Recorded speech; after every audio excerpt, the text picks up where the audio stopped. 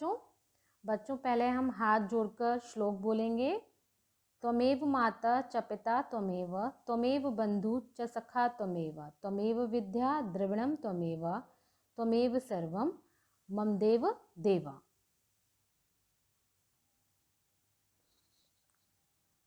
तो बच्चों आप ये चित्र देख सकते हो, ये क्या है? तो ये चाय का चित्र है। हाँ, तो चाय तो सभी लोगों ने पी ही होगी, कभी तो टेस्ट की होगी और घर में सभी की चाय बनती है। तो बच्चों चाय के बारे में हम कुछ जान लेते हैं। जीवन में चाय एक अहम पेय पदार्थ, पानी के बाद चाय व्यापक है और पेय पदार्थ है। ये दुनिया में सबसे ज़्यादा लोग इसे पसंद करते हैं और पीते भी हैं। चाय वास्तव में मुलायम और बंद वनस्पति कली से तैयार की जाती है। इसमें कैफीन का अंश पाया जाता है और टैनिन का अंश पाया जाता है। इसकी खोज ब्रिटिश काल में सन 1923 में रॉबर्ट रूस ने ब्रह्मपुत्र की जंगलों में की थी। चाय के पौधों की खोज की गई थी ब्रह्मपुत्र के जंगलों ने, और रॉबर्ट रूस ने 1823 में इसकी खोज की थी। चाय का भारत में भरपूर उपयोग होता है। विश्व उत्पादन का 27% और विश्व के निर्यात का 11% भारत से ही प्राप्त होता है। हल्की छाया में ही यह तीव्र गति से बढ़ता है। इसके लिए मासिक तापमान भी निश्चित है।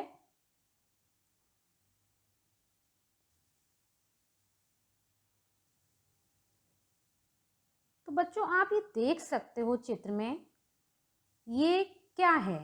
ये सीढ़ियाँ भी हैं और ये खेत भी हैं। तो सीढ़ीदार खेत, इनको हम सीढ़ीदार खेत बोलते हैं। तो बच्चों इन सीढ़ीदार खेत का चाय से बहुत बड़ा संबंध है। सीढ़ीदार खेत प्राय पहाड़ी क्षेत्रों में होते हैं। भारत के पूर्वोत्तर प्रांत दार्जिलिंग में भी सीढ़ीदार खेत होते हैं। यहाँ पर चाय की खेती की जाती है। तो आप समझे कि मैं आपको ये सीढ़ीदार खेत क्यों दिखा रही हूँ? क्योंकि इन सीढ़ीदार खेतों पर ही चाय की खेती की जाती है। दार्जिलिंग की चाय विश्व भर में निर्यात की जाती है, यानी कि विश्व भर में भारत से बाहर भी दार्जिलिंग की चाय भेजी जाती है। तो आज हम इस पाठ के माध्यम से चाय की खेती के बारे में पढ़ेंगे।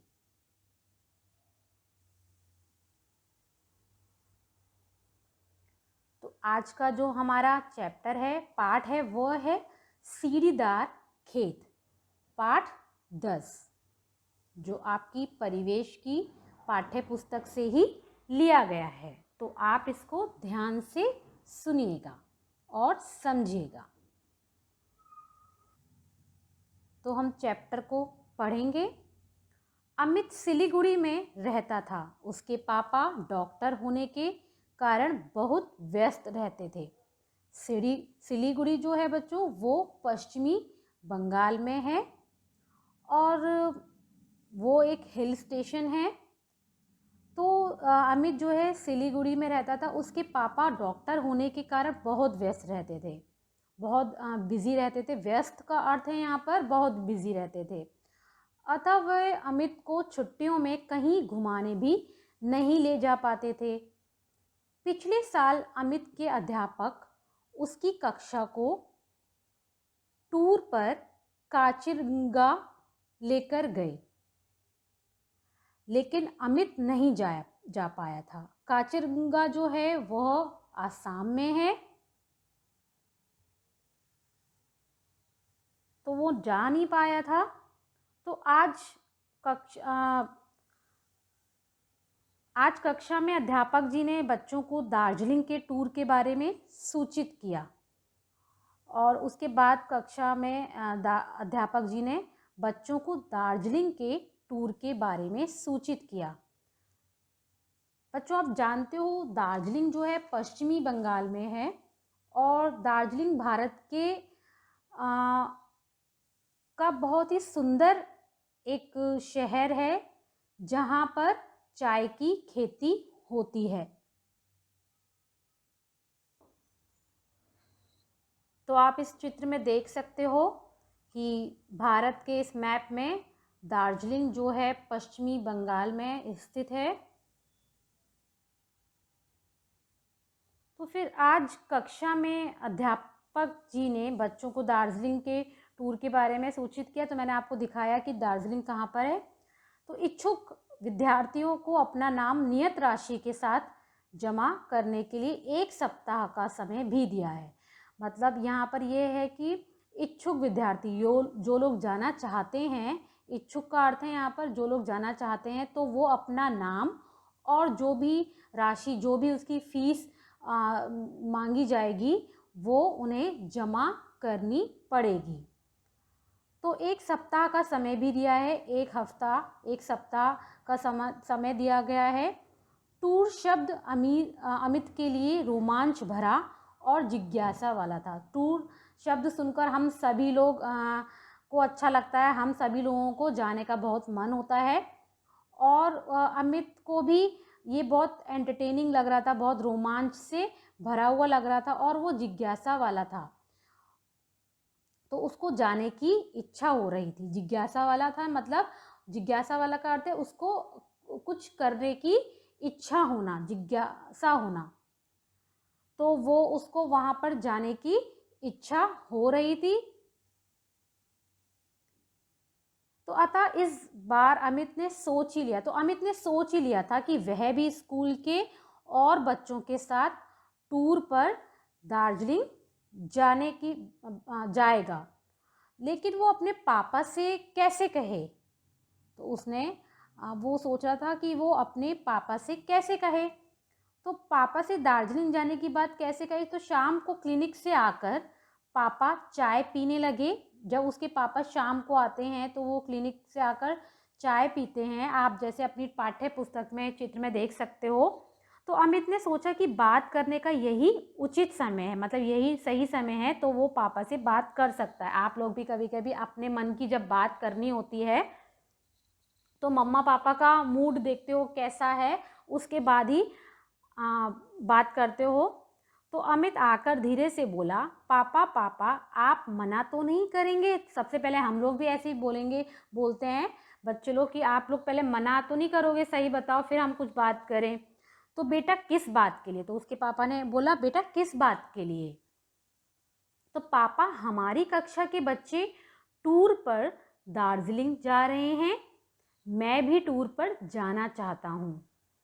तो उसके पापा ने बोला ठीक है, सोचूंगा। कितने बच्चे जा रहे हैं? तो हर कोई पूछेगा, पेरेंट्स तो पूछेंगे जब आप बाहर जाने की बात कर रहे हो तो उनको डिटेल तो चाहिए कि आप किसके साथ जा रहे हो, कब जा रहे हो, कितने लोग जा रहे हो। तो वो बोलते हैं पापा कक्षा के अधिकतर बच्चे जा रहे हैं। तो उसने कहा मतलब मैक्सिमम बहुत बच्चे जा रहे हैं, प्लीज़ मुझे भी जाने दीजिए। थोड़ी देर तक अमित के पापा सोचते रहे, फिर उन्होंने अमित को आज्ञा दे दी जाने के लिए। तो फिर क्या था? फिर अमित तो तुरंत ही अपने मित्रों को फ़ोन कर दिया। अमित ने तुरंत अपने मित्रों को फ़ोन कर दिया और अगले दिन उसने स्कूल में पहुंचते ही सर को टूर पर जाने की राशि यानी कि फीस दे दी और बेसब्री से टूर पर जाने का उस दिन का इंतज़ार करने लगा। बेसब्री का अर्थ है उधर मतलब उसको सब्र नहीं हो रहा था और टूर पर जाने के लिए बहुत ज़्यादा वो उत्साहित था। तो आज खुशी के मारे अमित का चेहरा फूल सा खिल रहा था।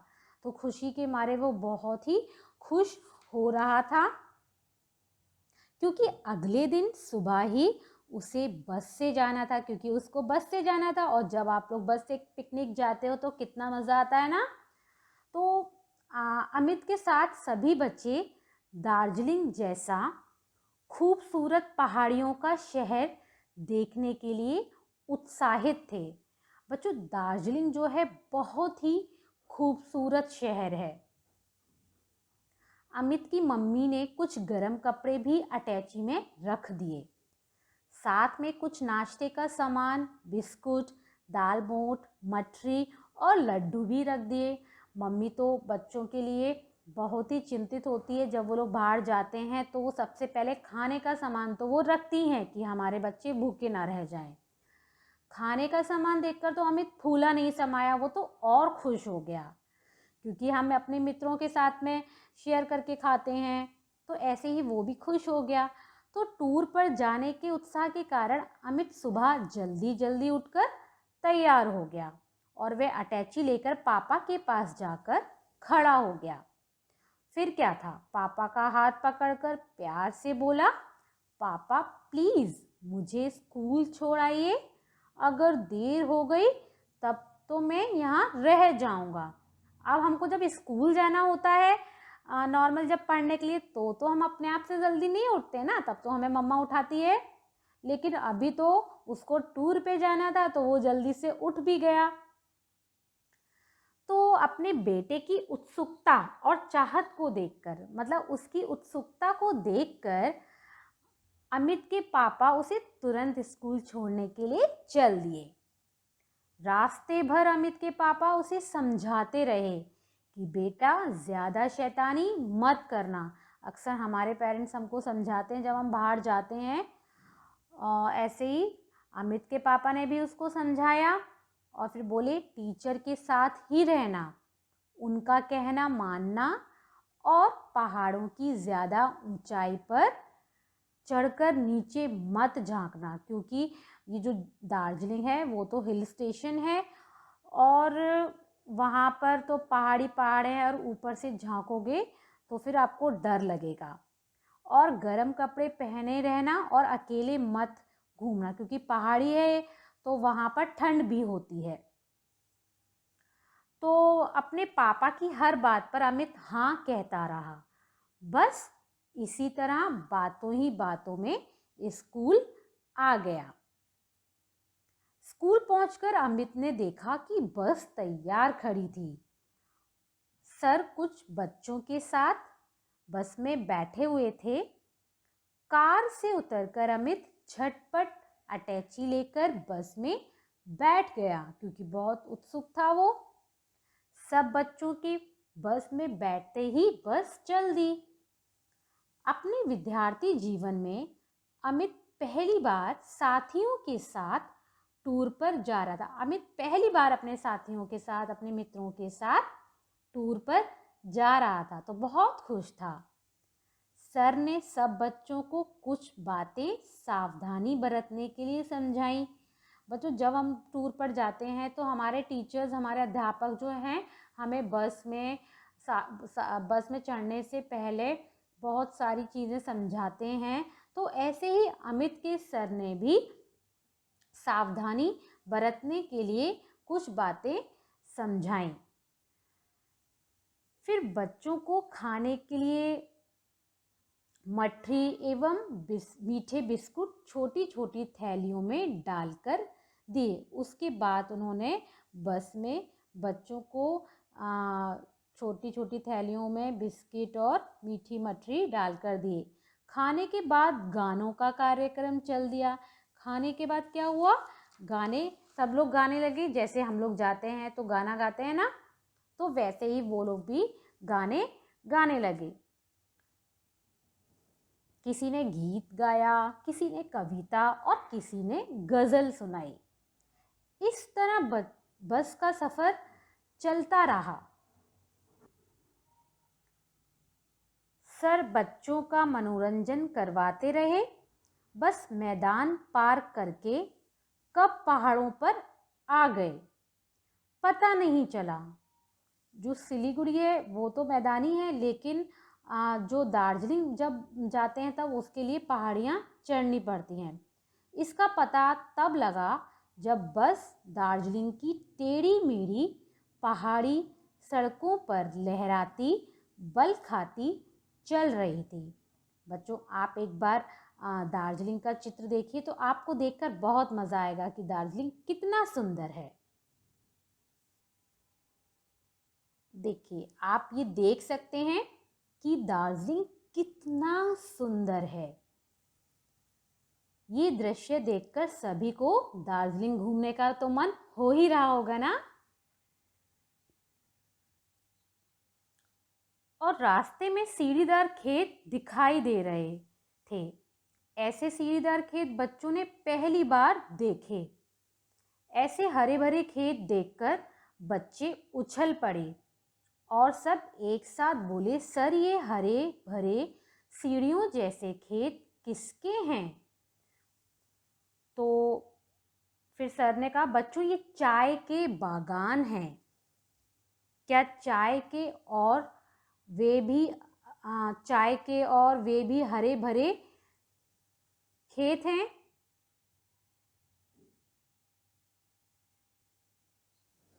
तो बच्चों आप इस चित्र में देख सकते हो कि चाय के खेत कितने सुंदर होते हैं, कितने हरे भरे होते हैं।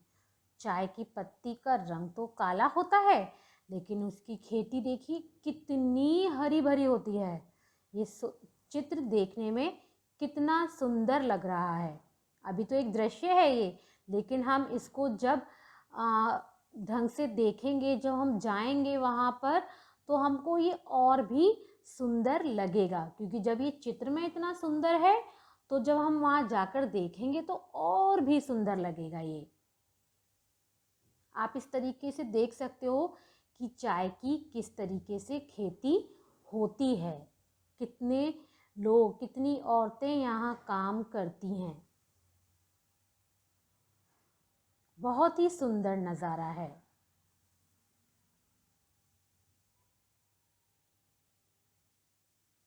इस सर ने बच्चों को चाय के बागान दिखाने के लिए बस को एक उपयुक्त स्थान पर रुकवा दिया। तो चाय के जो बागान का इधर अर्थ क्या है? चाय की जहाँ खेती होती है उसको दिखाने के लिए सर ने एक जगह पर बस को रुकवा दिया। उपयुक्त स्थान जहाँ पर उनको ठीक लगा वहाँ पर उन्होंने बस को रुकवा दिया, जहाँ पर सारे बच्चे आसानी से रुक जाएं और देखें। बस के रुकते ही बच्चे सावधानी से उतर गए और बड़े आश्चर्य से चाय के बागानों को देखने लगे। सबसे पहले दीपक ने प्रश्न किया। तो मतलब सबसे पहले जो दीपक उनका क्लास का छात्र था, उसने प्रश्न किया कि सर चाय की खेती इस तरह क्यों की जाती है? तो उसने पूछा कि चाय की खेती इस तरह क्यों की जाती है? तो सर ने बोला, बेटा सर्वप्रथम इसके लिए धूपदार मौसम और पर्याप्त बारिश की ज़रूरत पड़ती है। सर ने बोला कि इसके लिए धूप की और बारिश की ज़रूरत पड़ती है। चाय समतल मैदानों में पैदा नहीं की जाती। समतल मतलब प्लेन एरिया में चाय जो है पैदा नहीं की जाती, क्योंकि वहाँ पर सीढ़ियाँ बनाकर खेती नहीं कर सकते। क्योंकि हम समतल मैदान पर सीढ़ियाँ बनाकर तो खेती नहीं कर सकते। और सीढ़ियाँ बनाने का मतलब यही होता है कि अगर चाय की खेती में पानी जाता है तो वो पानी रुकना नहीं चाहिए। अगर वो रुक जाएगा तो वो चाय की जो खेती है वो खराब हो जाएगी। इस वजह से सीढ़ीदार खेत बनाए जाते हैं, जिससे पानी रुके नहीं और खेती अच्छी रहे। तो सीढ़ीदार खेत बनाने का यही रीज़न होता है। तो उसने कहा, सर सीढ़ियाँ क्यों बनाते हैं? तो एक साथ सभी बच्चों ने पूछा। तो बच्चों, चाय के ऐसे पौधे बीजों से तैयार किए जाते हैं। जब पौधा बड़ा हो जाता है, तो मतलब सर ने ये बोला कि जब पौधा बड़ा हो जाता है तब उसे सीढ़ीदार या ढलानदार खेतों में रोपा जाता है। क्योंकि चाय के पौधों की जड़ों को ठहरे हुए पानी से बचाया जाता है। मैंने आपको बताया कि चाय के पौधों की जड़ों में पानी को नहीं ज़्यादा टाइम तक रुकने देना चाहिए। इसी वजह से वो सीढ़ीदार खेत बनाते हैं। और इस तरह के खेतों में पानी ठहरता नहीं है। आप सपोज आप सीढ़ियों पर पानी डालते हो, तो आपने कभी देखा कि सीढ़ियों में पानी रुकता है? नहीं रुकता। एक सीढ़ी से दूसरी सीढ़ी से आगे तक, नीचे तक पानी चला जाता है। और ऐसे ही अगर आप एक जगह पर पानी डाल देते हो, छत पर पानी डाल देते हो, तो वो पानी वहीं रहता है। लेकिन सीढ़ीदार खेती करने का यही वो है कि सीढ़ियों पर पानी टिकता नहीं है, लेकिन खेती पर पानी हो भी जाता है और वो रुकता भी नहीं है, क्योंकि चाय की खेती के लिए इतने पानी की ज़रूरत नहीं होती है कि पानी उसमें रुका रहे, नहीं तो वो खेती खराब हो जाएगी। तो सर यह बात समझ में आ गई, लेकिन एक और आश्चर्य की बात है, अब बच्चे तो बहुत सारे थे तो क्वेश्चन भी बहुत सारे होंगे कि इन चाय की पत्तियों को केवल महिलाएं ही क्यों तोड़ रही हैं। आपने देखा होगा चित्र में, मैंने भी दिखाया था कि उसमें महिलाएं ही चाय की पत्तियों को तोड़ रही हैं, यहाँ कोई पुरुष क्यों नहीं है। अमित बोला, ये बात किसने बोली, अमित ने बोली। तो हाँ बच्चों, सर ने बोला हाँ बच्चों, ये खास बात है कि पुरुष इन पत्तियों को नहीं तोड़ते, क्योंकि चाय की पत्तियां नरम होती हैं और पुरुषों के हाथ सख्त होते हैं। समझ में आया अब आपको कि क्यों तोड़ते हैं। इसीलिए औरत और लड़कियां ही चाय की पत्तियां तोड़ती हैं। सर ने क्या बोला, क्योंकि इसीलिए औरतें और लड़कियां ही चाय की पत्तियां तोड़ती हैं, क्योंकि उनके हाथ नरम होते हैं, सॉफ्ट होते हैं, मुलायम होते हैं, और चाय की पत्तियां भी सॉफ्ट होती हैं। और पुरुषों के हाथ तो कठोर ही होते हैं, सख्त होते हैं। इसलिए तो चाय के पौधे 1.5 मीटर से लंबे नहीं किए जाते। तो मतलब उनकी जो मेजर दी गई हुई है, उनका मेजरमेंट भी उन्होंने, सर ने बताया कि 1.5 मीटर से लंबे नहीं किए जाते। जानते हो क्यों? तो उनका रीज़न भी बताया है, क्योंकि इनकी पत्तियों को तोड़ना फिर मुश्किल हो जाएगा, क्योंकि इनकी पत्तियों को तोड़ना मुश्किल हो जाता है अगर वो ज़्यादा लंबे हो गए। तो अगर लंबे हो गए तो उनकी पत्तियों को तोड़ना मुश्किल हो जाएगा। तो बीच में शरद बोला, सर यह पत्तियां साल में कितनी बार तोड़ी जाती हैं। तो उसने ये क्वेश्चन पूछा कि सर ये पत्तियां साल में कितनी बार तोड़ी जाती हैं। तो साल में 3 बार चाय की पत्तियों की चुनाई होती है। मतलब साल में 3 बार ही इन पत्तियों की चुनाई होती है, बरसात, गर्मी और शरद ऋतु में। 3 मौसम इन्होंने बताए, बरसात में, गर्मी में और शरद ऋतु में। तो अच्छा बच्चों, अब होटल चलते हैं। तो सर ने बोला चलो अब होटल चलते हैं, जहाँ पर हम लोगों को ठहरना है। जहाँ पर वो लोग रुके थे तो उन लोगों को वहाँ ठहरना था। वहाँ भोजन करके आप सब सो जाना और फिर सुबह घूमने भी तो जाना है। तो सर ने कहा कि सुबह भी तो घूमने जाना है। तो उसमें से बच्चों ने बोला अच्छा सर, कहकर सभी बच्चे बस में बैठ गए। दार्जिलिंग का मौसम उन्हें बहुत अच्छा लग रहा था। वहाँ की ठंडी ठंडी हवा का खूब आनंद ले रहे थे वो लोग। लहराती बलखाती ऊंची नीची सड़कों पर चलते हुई बस शीघ्र ही होटल पहुंच गई। सब बच्चे बस से उतरे और अपना सामान लेकर अपने अपने कमरों में चले गए।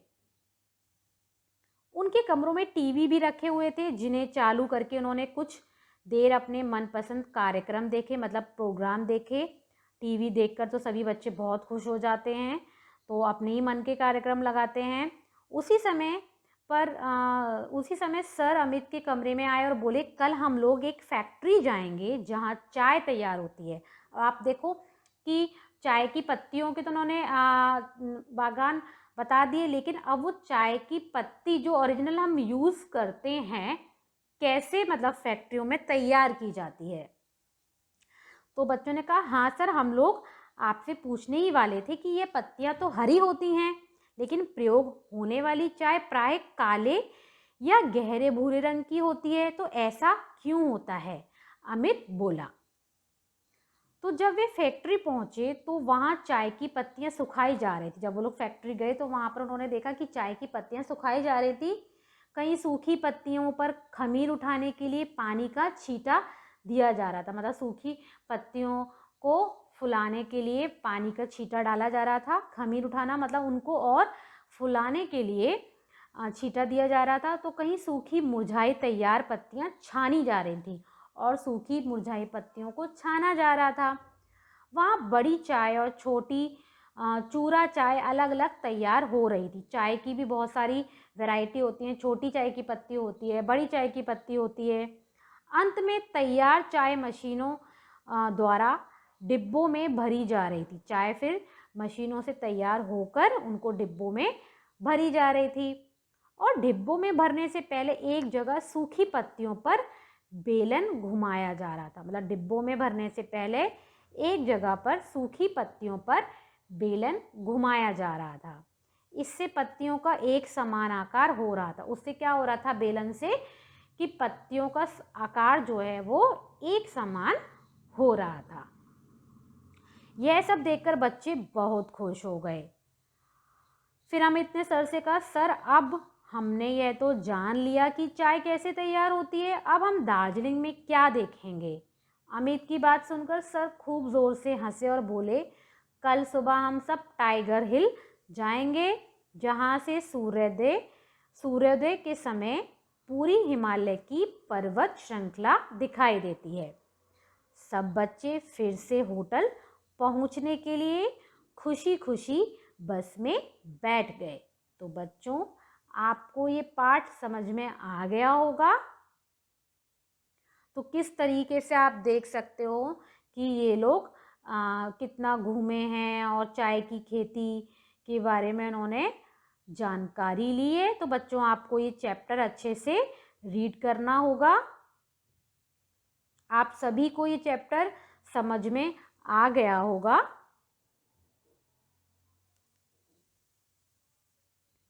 धन्यवाद।